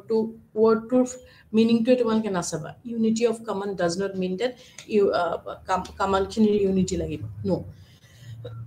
unity of command মানে ইয়াত uniformity of command তাৰ মানে command এজনৰ পৰা আহিব লাগিব মানে কেতিয়াবা কি হয় অনুষ্ঠানৰ এতিয়া চোৱা কলেজ এখনৰ ইনষ্ট্ৰাকচন বিলাক বা নোটিছ বিলাক নৰমালি কৰ পৰা আহে অথৰিটি জনৰ পৰা আহে আৰু কলেজ এখনৰ মানে সৰ্বোত্তম অথৰিটি কোন হয় প্ৰিন্সিপাল অধ্যক্ষ মহোদয় বা মহোদয়া অধ্যক্ষৰ পৰা নোটিছ বিলাক আহিব ইনষ্ট্ৰাকচন বিলাক আহিব সেই ইনষ্ট্ৰাকচন এক্সাম ৰিলেটেড যে এক্সাম ইমান তাৰিখৰ পৰা হ'ব এক্সাম এনেকে এইটো ধৰণে এক্সামখিনি হেৰি পৰিচালনা কৰিব লাগিব এই কথাখিনি টিচাৰেও সেইখিনি ফলো কৰিব ষ্টুডেণ্টেও সেইখিনি ফলো কৰিব হয়নে এজনৰ পৰা আহিব কিন্তু তাকে যদি নহয় এক্সাম ৰিলেটেড ইনষ্ট্ৰাকচন এবাৰ প্ৰিন্সিপালে দিলে এবাৰ ভাইচ প্ৰিন্সিপালে দিলে এবাৰ ডিপাৰ্টমেণ্টৰ এইচঅডি দিয়ে তেতিয়া কেওছৰ সৃষ্টি হ'বনে নহয় নিশ্চয় হ'ব গতিকে সদায়ে কমাণ্ডটো এটা সোৰ্সৰ পৰা আহিব লাগিব তেতিয়া কি হ'ব তেতিয়া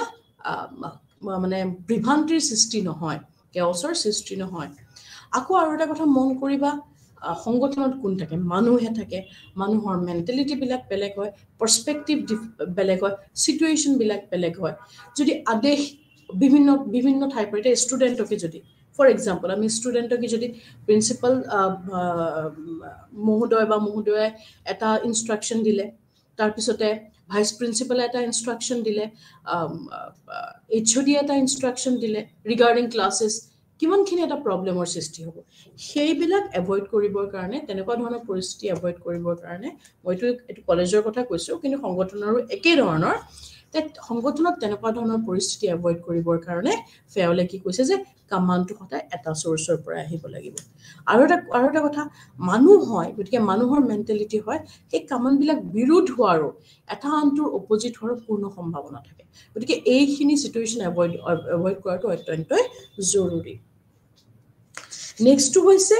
ইউনিটি অফ ডাইৰেকশন মানে নিৰ্দেশনাৰ ঐক্য প্ৰথমটো আমি এতিয়া যেটো পঢ়িলো ইয়াৰ আগৰটো 3 নম্বৰটো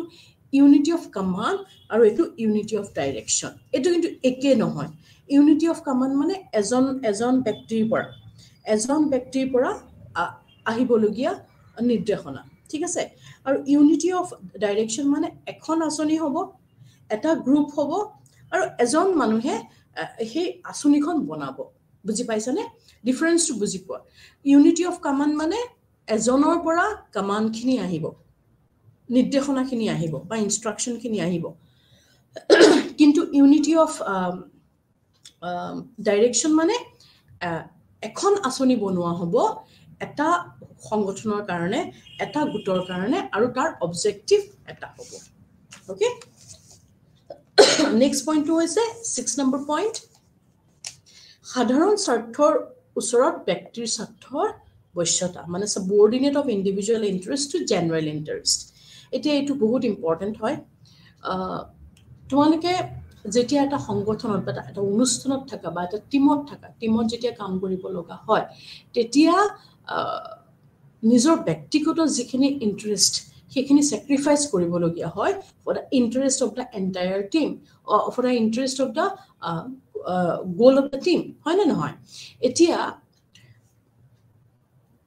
সংগঠনৰ যিসকল কৰ্মচাৰী তেওঁলোকে যদি নিজৰ পাৰ্সোনাল ইন্টাৰেষ্টখিনিক লৈ ব্যস্ত থাকে আজি কাৰোবাৰ বিয়া খাবলৈ গ'ল আজি কোনোবা এজনৰ গা বেয়া হ'ল আজি কোনোবা এজনৰ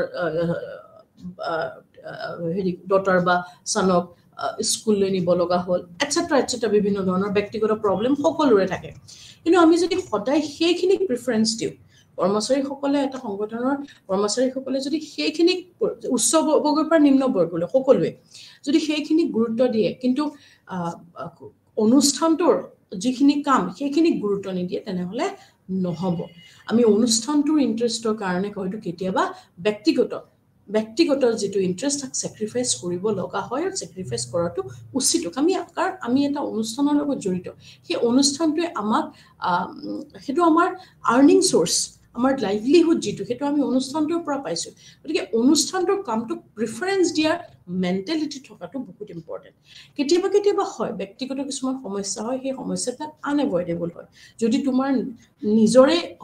শৰীৰ ঠিক নাথাকে তেতিয়া হয়তো তুমি কাম এটা কৰিব নোৱাৰা অনুষ্ঠানলৈ আহিব নোৱাৰা কিন্তু এজ এ মেন্টালিটিটো যেটো কাম কৰাৰ স্পৃহা for your institution for your organization that is important আৰু হেতু থাকিলে যিবিলাক ব্যক্তিগত সমস্যা থাকে সেই সমস্যাসমূহ সুচাৰুৰূপে সমাধান কৰাৰ পিছতো সমাধান কৰিও কি দিব নিজৰ সংগঠনক অগ্ৰাধিকাৰ দিব পৰা যায় এটো এটা again mental capability বুলি যে আমি যে mental strength হয়নে excuse নিদিয়াৰ যেটো মেন্টালিটি হেতু এটো ক্ষেত্ৰত ইম্পৰ্টেন্ট 7 নম্বৰ যেটো পইণ্ট ফেয়লে কৈছে হেতু হৈছে কৰ্মচাৰীৰ পাৰিশ্ৰমিক remuneration of employees এটা remuneration of employee again important suppose 5 job কৰা okay very very hard work বহুত কষ্ট কৰিব লগা হয় 9টা বজাত এন্ট্ৰি কৰাৰ পিছত 5টা বজালৈকে তোমালকে কন্টিনিউয়াস কাম কৰিব লগা হয় হাফ এন আৱাৰ এটা ব্ৰেক পোৱা হাৰ্ড ওয়াৰ্ক বাট যিখিনি কষ্ট তোমালকে কৰা তাৰ বিনিময়ত যেটো দৰমহা পোৱা সেই দৰমহাটো জাস্টিফাইড নহয় sufficient নহয় বুলি মই নকওঁ কাৰণ sufficient পইচা sufficient কাৰো কাৰণে নহয় কিন্তু জাস্টিফাই নকৰে তোমালকে নিজৰ যিখিনি কষ্ট যিমানখিনি তোমালকে পৰিশ্ৰম দিয়া শাৰীৰিক বা মানসিক তাৰ তুলনাত যেটো দৰমহা পোৱা হেতু কম হয় ওকে জাস্টিস নহয় যেটো জাস্টিফাই কৰিব নোৱাৰি তেনে অৱস্থাত তোমালকে ভাবিব পাৰিবা নোৱাৰা বা কৰিবলৈ মন নাযাব গতিকে ফেয়লে ৰেমুনাৰেশন যেটো পাৰিশ্ৰমিকৰ কথা বহুত গুৰুত্ব দি পেলাই কৈছে যে পাৰিশ্ৰমিকটো যিমান কাম কৰিছে সিমান কামৰ তেওঁ পাৰিশ্ৰমিক পোৱাটো উচিত কেতিয়াও কৰ্মচাৰীসকলে কাম কৰা কামতকৈ কম পাৰিশ্ৰমিক পাব নালাগে তেতিয়া কি হ'ব সংগঠনটোৰ কাম বিলাক সুচাৰুৰূপে সম্পন্ন নহব কাৰণ এখিনি মানুহে কৰা বস্তু মানুহৰ মেন্টালিটি মই এটা সাফিশিয়েন্ট মই দৰমহা পাও মই ভাল দৰমহা এটা পাই আছো গতিকে মই মোৰ দায়িত্বটো পালন কৰিব লাগিব এটা শব্দৰে নুবুজোৱা এটা কি আহি যায় মেন্টালিটি এটা আহি যায় মানে দায়িত্ববোধ এটা আহি যায় মই দৰমহা ইমানখিনি পাও এটা হিউজ এমাউন্ট মই দৰমহা পাও মই কিয় নকৰিম মই নকৰিলে কেনেকৈ হ'ব তেনেকুৱা এটা মেন্টালিটিৰ সৃষ্টি হয় next point to কৈছে কেন্দ্ৰীয়কৰণ and বিকেন্দ্ৰীয়কৰণ মানে centralization and decentralization এটা প্ৰথমতে অৰ্থকিটা বুজিলোৱা centralization and decentralization centralization মানে কি যেতিয়া এটা অনুষ্ঠানৰ পাৱাৰ খিনি এটা এজন ব্যক্তিক কেন্দ্ৰীভূত কৰা হয় বা এটা গ্ৰুপত বা এজন ব্যক্তিক কেন্দ্ৰীভূত কৰা হয় তেতিয়া হেতু হয় কেন্দ্ৰীয়কৰণ আৰু যেতিয়া অনুষ্ঠান এটাৰ যিখিনি পাৱাৰ হয় সেই পাৱাৰ খিনি এজন মানুহ বিভিন্ন ধৰণৰ গ্ৰুপত বা বিভিন্ন গ্ৰুপত বা বেলেগ মানুহৰ বা বেলেগ বিষয়ৰ হাতত দিয়া হয় বিষয়ৰ হাতত অৰ্পণ কৰা হয় তেতিয়া বিকেন্দ্ৰীকৰণ কৰা হয় এতিয়া কিছুমান ক্ষেত্ৰত কেন্দ্ৰীয়কৰণ কিছুমান অনুষ্ঠানৰ ক্ষেত্ৰত কেন্দ্ৰীয়কৰণ বেছি সাকসেসফুল হয় আৰু কিছুমানৰ ক্ষেত্ৰত বিকেন্দ্ৰীকৰণ বেছি সুবিধাজনক হয় গতিকে ফেয়লে কৈছে যে যোনটো অনুষ্ঠানত বা যোনটো সংগঠনত যেটো প্ৰক্ৰিয়াৰ বেছি প্ৰয়োজন যেটো প্ৰক্ৰিয়া সাকসেস হয় যেটো প্ৰক্ৰিয়া ফিট হয় সেই প্ৰক্ৰিয়াটোকে এপ্লাই কৰিব জানে কোনোবা এটা সংগঠনত যদি কেন্দ্ৰীয়কৰণে চেন্ট্ৰেলাইজেশনৰ দ্বাৰা কামবোৰ সুচাৰুৰূপে সমাধা হৈছে তেন্তে তাক চেন্ট্ৰেলাইজেশনে কৰি থাকিব লাগে কিন্তু কোনোবা এটা সংগঠনত যদি চেন্ট্ৰেলাইজেশন সুচাৰুৰূপে পৰিচালনা হোৱা নাই প্ৰবলেম আহি গৈছে তেতিয়া লগে চেন্ট্ৰেলাইজেশন অতৰাই ডিসেন্ট্ৰেলাইজেশন এপ্লাই কৰিব লাগে হেতু কথা ফেয়লে কৈছে এতিয়া নেক্সট টু হৈছে স্কেলাৰ প্ৰিন্সিপল যেটো অধিক্ৰমিক নীতি অধিক্ৰমিক মানে এই যে আমি জখলাদাল বুলি কওঁ তলৰ পৰা ওপৰলৈ যেটো আমি উচ্চ পদসমূহ যেনেকৈ বিভক্ত কৰা হয় এটো এটো কি হৈছে যে কোনো সংগঠনত অন্তৰ্ভুক্ত হোৱা পদসমূহৰ ঊৰ্ধ্বতম পৰ্যায়ৰ পৰা একেবাৰে নিম্নতম পৰ্যায়লৈ সমন্বিত কৰি সৃষ্টি কৰা ধাৰা বা ব্যৱস্থাটোৱে অধিক্ৰম তাৰমানে আমি যদি এটা ত্ৰিভুজ বুলি লওঁ এনেকে ত্ৰিভুজ বুলি লওঁ এনেকে ট্ৰায়াঙ্গল এটা হিসাব কৰি লওঁ এইটো যেটো পইণ্ট হেতু হি হৈছে উচ্চতম পইণ্ট তাৰ পিছত ক্ৰমান্বয়ে এনেকে ভাগ কৰা হ'ব ভাগ কৰি হ'ব আৰু প্ৰতিজনে কি হ'ব একেবাৰে তলৰ বিষয়াজনে তেওঁৰ ওপৰৰ বিষয়াজনৰ দ্বাৰা মেছেজটো পঠাব সেই ওপৰৰ বিষয়াজনে তাৰ পিছত তেওঁলোকে ওপৰজনক কথা থ্ৰু মেছেজটো পঠাব তেনেকে আহি পেলাই একেবাৰে শেষত যিজন সুপ্ৰিম যিজন একেবাৰে টপ মোষ্ট পজিশনত আছে তেওঁলৈ সেই মেছেজটো আহিব ওকে তেনে ধৰণে কাম কৰাৰ এটা প্ৰিন্সিপলৰ কথা স্কেলাৰ প্ৰিন্সিপল যেটো ফেওলে সেইটো ধাৰণাটো দিছে তাৰ পিছতে নেক্সট পইণ্টটো আমাৰ আছে আদেশ মানে অৰ্ডাৰ আদেশ মানে কি হৈছে যে প্ৰতিটো বস্তু বা প্ৰতিজন ব্যক্তি যথাযথ স্থানত থাকিব লাগে প্ৰবলেম ক্ৰিয়েট হয় যেতিয়া বস্তুৰ কথা কওঁ আমি এতিয়া কি হ'ব পাৰে এটা সংগঠনত লগা বিভিন্ন ধৰণৰ মেটেৰিয়েল বস্তুবিলাকো যেনেকে থাকিব লাগে যিখিনিত থাকিলে উৎপাদন অধিক হয় সেই মতে তাক প্ৰতিষ্ঠিত কৰিব লাগে ঠিক সেইদৰে বিষয়াসকল যোনজন মানুহক যেটো কাম দিলে যেনেকে মই কৈছিলো ডিভিজন অফ ওয়াৰ্কৰ যোনজন মানুহক যেনেকে কাম দিলে সেই কামটো সমাধা হ'ব তেনে ধৰণে সকলোকে কামবোৰ ভগাই দিব লাগে বা তেওঁলোকে তেনে ধৰণে আমাক প্ৰতিষ্ঠিত কৰিব লাগে এতিয়া ফৰ এক্সাম্পল তোমালোকক কৈছো যে কোনোবা এজন মানুহ হয়তো বহুত বেছি এডুকেটেড বহুত পঢ়া-শুনা কৰিছে তেওঁৰ থিওৰিটিক্যাল নলেজ বহুত আছে কিন্তু হয়তো তেওঁ ম্যানেজমেন্টৰ ক্যাপাসিটি নাথাকিব পাৰে গতিকে তেনে এজন মানুহক যদি ম্যানেজমেন্টৰ সৰ্বোত্তম পদত অধিষ্ঠিত কৰা হয় প্ৰবলেম আহি যাব কিন্তু কেতিয়াবা কোনোবা এজনৰ মিনিমাম নলেজ আছে হৈছে যিখিনি নাথাকিলে নোহোৱা নলেজ আছে কিন্তু ম্যানেজমেন্ট কৰাৰ তেওঁৰ এক্সট্ৰিম মানে ক্যাপাসিটি আছে গতিকে সেইজন মানুহক উচ্চতম পদত থিয় কৰাই দিলে হয়তো বেছি লাভৱান হোৱা যাব গতিকে as per the need of the situation বা as per the capabilities কামবিলাক কৰিলে ভাল হয় এতিয়া 11 নম্বৰ পইণ্টটো কৈছে সমন্বয় জাস্টিস মানে excuse me equity এটা ইকুইটিৰ কথা আমি যেতিয়া কওঁ এটা ইকুৱেলিটি আৰু ইকুইটি দুটা বেলেগ বস্তু ওকে ইকুৱেলিটি মানে সকলোকে সমানভাৱে চোৱা ইকুইটি যাৰ যেনেকে প্ৰয়োজন তাক তেনেকে দিয়া এতিয়া মই তোমালোকক এটা এক্সাম্পল দি পেলাই মই ইকুৱেলিটি আৰু ইকুইটিৰ ডিফাৰেন্সটো বুজাম সেইটো কথাই ন্যায়ৰ কথাই যেটো ইকুইটি মই যেটো বুজাম সেইটোকে ফেওলে কৈছে এতিয়া আমাৰ এটা আমি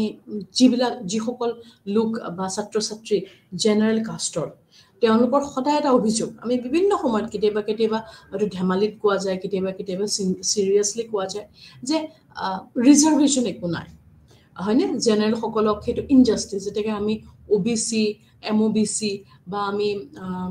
ইডব্লিউএস এই সকলৰ যেটো ৰিজাৰ্ভেশনৰ provision আছে আমাৰ কনস্টিটিউশনে যেটো কৰিছে মাৰ্কস পায়ো মই সিটটো না পালো নেট এক্সামত ফৰ এক্সাম্পল মই নেট এক্সামত মই কোৱালিফাই কৰিব নোৱাৰিলো বিকজ মই ফৰ এক্সাম্পল মই কৈ আছো যে মই একে মাৰ্কস পায়ো সেম পালো মই মাৰ্কস কিন্তু মই জেনাৰেল হোৱাৰ কাৰণে মই কোৱালিফাই কৰিব নোৱাৰিলো কিন্তু মোৰ বান্ধৱী গৰাকীয়ে তেওঁ ওবিসি হোৱাৰ কাৰণে একে মাৰ্কস পোৱাতকৈ মুটকৈ কমো পায় তেওঁ কোৱালিফাই কৰিলে গতিকে ইট ইনজাস্টিস আমাৰ লাগে তেনেকুৱা যে কিয় এনেকুৱা প্ৰভিজন থাকিব লাগে কিন্তু এই যে প্ৰভিজন যেটো আছে সেইটো হৈছে ইকুইটি সেইটো ইকুৱেলিটি নহয় সেইটো হৈছে ইকুইটি তাৰ মানে আমাৰ যেটো এই যে কনস্টিটিউশন মেকাৰছ সকলে যে এই যে প্ৰভিজনটো ৰাখিছে এটো মানে কি যে যিসকল লোক সোশিয়ালি ইকোনমিক্যালি ব্যাকওয়াৰ্ড তেওঁলোকক আমি এটা সহায়ৰ হাত আগবঢ়াও থ্ৰু দিস প্ৰভিজন বিভিন্ন ধৰণৰ মানে মানি কনসেশন আমি কৰো বা চাকৰি ক্ষেত্ৰত তেওঁলোকৰ কাৰণে সিট ৰিজাৰ্ভেশন কৰা হয় বিভিন্ন ধৰণৰ এক্সামত তেওঁলোকৰ কাৰণে সিট ৰিজাৰ্ভেশন কৰা হয় এইটো দ্বাৰা আমি কি কৰো যে যিসকল মানুহ weaker section of the society আমি এটা সহায়ৰ হাত আগবঢ়াও আমি এটা ইকুৱেল অপৰচুনিটি দিও সো দ্যাট সকলোৱে সকলোৱে উন্নত এইটো কিন্তু ইনজাস্টিস নহয় এটোক আমি ইনজাস্টিস বুলি যদি কওঁ আমি এটো ভুল কৰা হ'ব আমি এটো বহুত সময়ত আমি বুজি নাপাওঁ গতিকে মই এই উদাহৰণটোৱে তোমালোকক ফেয়লৰ ইকুইটিৰ মিনিংটো বুজাব খুজিছো যে ন্যায় কৰিব লাগে এটো হৈছে ন্যায় ইকুৱেলিটি সকলোকে সমান হয়নে কিন্তু ন্যায়টো বেলেগ বস্তু যেটো উচিত যেটো ইকুইটি সমন্যায় সেইটো ইম্পৰ্টেন্ট ওকে এতিয়া এটা অনুষ্ঠানত সমন্যায় নাথাকিলে সেই অনুষ্ঠানটো সফলতা পসিবল নহয় এতিয়া নেক্সট পইণ্ট যেটো 12 নম্বৰ পইণ্ট কৈছে হেতু হইতে সুস্থিৰতা ষ্টেবিলিটি এটা ষ্টেবিলিটি বুলি গলে ইয়াত আমি কি বুজিছো চাকৰিৰ ষ্টেবিলিটি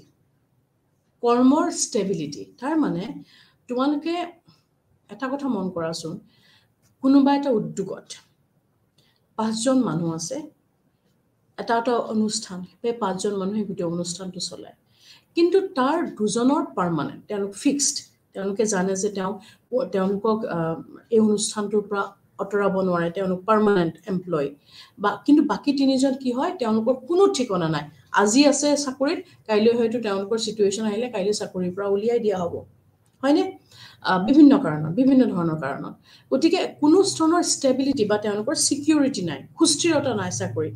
তোমালোকে ভাবানে সেই তিনিজনে যাৰ সুস্থিৰতা চাকৰিৰ সুস্থিৰতা নাই চাকৰি কাৰ্যকালৰ সুস্থিৰতা নাই সেই কিজনে নিজৰ দেহ বা মন লগাই বা একদম সুন্দৰকৈ নিজৰ বুলি সেই অনুষ্ঠানটোৰ কাৰণে কাম কৰিব পাৰিব নিশ্চয় নোৱাৰে কাৰণ মানুহ এগেইন মেন্টালিটি হয় নে নহয় আজি এই অনুষ্ঠানটোৰ কাৰণে মই আছো মই কাইলৈ হয়তো নাথাকিম গতিকে মই কি উৎসাহ পাম মোৰ উৎসাহটো মই কি পাম যে মই মোৰ সৰ্বস্ব ত্যাগ কৰি মই মোৰ পাৰ্সোনাল ইন্টাৰেষ্টক তলত ৰাখি অনুষ্ঠানটোৰ ইন্টাৰেষ্টক গুৰুত্ব দি কামটো কৰিম সেইটো আমি বাধা দিব নোৱাৰো সেইটো আমি নকৰিবা বুলি নীতি জ্ঞান দিব নোৱাৰো সেইটো এটা স্পন্টেনিয়াছলি মেন্টালিটি আহিব হয়তো যিকিজনৰ সিকিউৰিটি নাই কাৰ্যকালৰ তেওঁলোকে ফৰ দা টাইম বিং মানুহৰ পৰা কথা নুশুনিবলৈ সমাজটো কৰিবলৈ কাম কৰি থাকিব যিকিন নৰমাল কাম কিন্তু ইনোভেটিভ কিবা এটা আহিব বা এক্সট্ৰা কিবা এটা আহিব হেতু আমি আশা কৰিব নোৱাৰো গতিকে ফেয়লে এটো কৈছে যে কামৰ সুস্থিৰতা থকাটো কাৰ্যকালৰ সুস্থিৰতা থকাটো বা ষ্টেবিলিটি থকাটো অতি গুৰুত্বপূৰ্ণ আৰু দুটা পইণ্ট বাকি আছে আমাৰ তাৰ ভিতৰতে হৈছে উদ্যোগ ইনিশিয়েটিভ এতিয়া ইয়াত উদ্যোগ বা ইনিশিয়েটিভ মানে কি বুজাইছে যে এটা অনুষ্ঠানত যদি অনুষ্ঠানটোৰ সকলো কৰ্মচাৰীয়ে নিজৰ মতামত দিয়াৰ এটা পৰিবেশ নাপায় তেনেহলে কিন্তু অনুষ্ঠানটোৰ ক্ষতি সাধন হয় এতিয়া তোমালোকে এখন কলেজৰ কথাই ভাবি লোৱা এই কলেজখনত এটা অনুষ্ঠান বুলি ভাবি লোৱা ঠিক আছে মই উদ্যোগৰ কথা কোৱা নাই এটা ফেয়লে উদ্যোগত কৈছে ফেয়লে গুটেখিনি কিন্তু উদ্যোগৰ লগত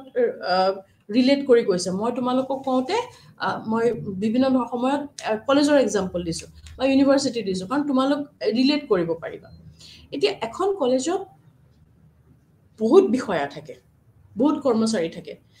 প্ৰিন্সিপাল থাকে vice principal HODs teachers professors then fourth grade third grade গুটেখিনি মানুহ থাকে এই সকলোখিনি মানুহৰ বেলেগ বেলেগ কেপাসিটি থাকে কামো বেলেগ বা তেওঁলোকৰ আইডিয়াজো বেলেগ তেওঁলোকে হয়তো বহুতৰ মাজত ইনোভেটিভ কিছুমান আইডিয়া আহিব এতিয়া যদি কলেজখনৰ সৰ্বোচ্চ পদত থকা মানুহখিনিয়ে সকলোখিনি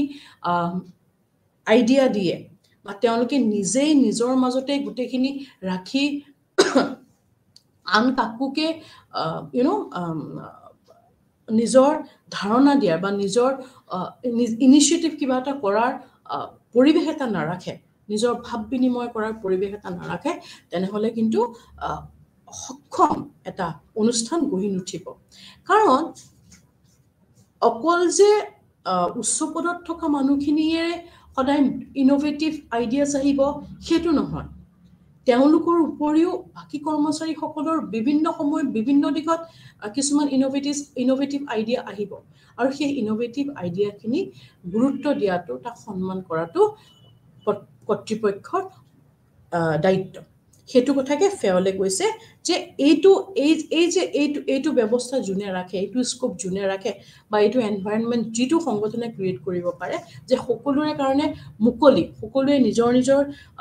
অভিপ্ৰায়, সকলোৱে নিজৰ নিজৰ ধাৰণা বা ইনোভেটিভ আইডিয়াছ দিবলৈ মুকলি আছে, অ'কে, অ'পেন টু অল, তেতিয়া কি হ'ব, সকলোৱে দিব আৰু যিটো গ্ৰহণযোগ্য হয় সেইটো মতকে এপ্লাই কৰা হ'ব, তেতিয়া কি হ'ব, অবভিয়াছলি অলৰাউণ্ড ডেভেলপমেণ্ট পচিবল। ইয়াৰ পিছতে আছে সমন্বয়। যদি আমি চাওঁ স্প্ৰিট দ্য কৰাপছ, মানে কি এইটো কোঅৰ্ডিনেশ্যন বুলি এটা টেইলৰে কৈছিলে, কোঅৰ্ডিনেশ্যনৰ কথা। আমি ইয়াত সমন্বয় কৈছে স্প্ৰিট দ্য কৰ্পছ। তাৰমানে ফেয়লে কি কৈছে যে সংগঠনটোৰ প্ৰতিজন মানুহে নিজকে সংগঠনটোৰ অংশ বুলি তেওঁ গ্ৰহণ কৰিব লাগিব বা তেওঁ ৰিয়েলাইজ কৰিব লাগিব। আদাৰৱাইজ কেতিয়াও সংগঠনটোৰ ছাকচেছফুল স্মুথ ৱৰ্কিং পচিবল নহয়। এই যে নিজকে যেতিয়া সংগঠনটোৰ অংশ বুলি ভাবিব, তেতিয়া কি হ'ব, তেতিয়া অট'মেটিকেলি এটা আপোনত্ব ভাৱ আহিব, নিজৰ বুলি কাম কৰিলে সেই কামটো সুন্দৰভাৱে কৰা হ'ব। যদি তাত এফৰ্ট 10 লাগে, অট'মেটিকেলি 12% এফৰ্ট দিয়া যাব, এইটো স্বাভাৱিক। গতিকে এই যে সকলো অনুষ্ঠানটোৰ প্ৰতিজন মানুহে নিজকে অনুষ্ঠানটোৰ এটা অপৰিহাৰ্য অংগ বুলি তেওঁলোকে নিজকে কনচিডাৰ কৰিব লাগিব। এইকেইটাই হৈছে আজি সংগঠনৰ নীতিসমূহ according to Fayol. Okay, I hope তোমালোকে বুজি পালা। এবাৰ মই ৰিভিজন কৰি দিওঁ পইণ্টছকেইটা। যিকেইটা ব্যৱস্থাপনাৰ নীতি, প্ৰিন্সিপল অফ মেনেজমেণ্ট, ফেয়লে কৈছে প্ৰথমটো হৈছে কৰ্মৰ বিভাজন, ডিভিজন অফ ৱৰ্ক। ছেকেণ্ডটো হৈছে কি, কৰ্তৃত্ব মানে অথৰিটি। থাৰ্ডটো অনুশাসন, ডিচিপ্লিন। ফ'ৰ্থ হৈছে আদৰ্শৰ ঐক্য, ইউনিটি অফ কমাণ্ড। ফিফ্থটো হৈছে নিৰ্দেশনাৰ ঐক্য, ইউনিটি অফ ডাইৰেকশ্যন। দেন ছিক্সটো হৈছে সাধাৰণ স্বাৰ্থৰ ওচৰত ব্যক্তিৰ স্বাৰ্থৰ বশ্যতা, subordination of individual interest to general interest. Then number 8, কেন্দ্ৰীয়কৰণ and বিকেন্দ্ৰীয়কৰণ, centralization and decentralization. Number 9, অতিক্ৰমিক নীতি, scalar process. Number 10, আদেশ মানে order. Number 11, সমন্যায়, equity. এতিয়া ইকুৱেলিটি নহয়, কিন্তু সমন্যায় ইকুইটি হয়, এইটো ইকুৱেলিটি নহয়, মনত ৰাখিবা। আৰু ইকুৱেলিটিৰ যিটো ইকুইটিৰ মই তোমালোকক এক্সাম্পলটো দিছোঁ, সেইটো এক্সাম্পলৰ পৰা ইকুইটিৰ মিনিংটো বুজিবৰ কাৰণে মই সেইটো এক্সাম্পল দিছোঁ। অ'কে, চ' সংগঠনটোত সুবিচাৰ কৰিব লাগিব, উচিত অনুচিত ন্যায় অন্যায় তাৰ সঠিকভাৱে কৰিব পৰা কেপেবিলিটি পৰিচালনা ব্যৱস্থাপনা থাকিব লাগিব। এইটো হ'ল 11 নম্বৰৰ পইণ্টটো। নেক্সটটো হৈছে সুস্থিৰতা, ষ্টেবিলিটি। 13 নম্বৰ পইণ্টটো উদ্যোগ মানে ইনিচিয়েটিভ। দেন 14 পইণ্টটো হৈছে সমন্বয়, স্প্ৰিট দ্য কৰাপছ। আই হোপ তোমালোকে বুজি পালা। Then in the next class we'll take a new topic. Thank you.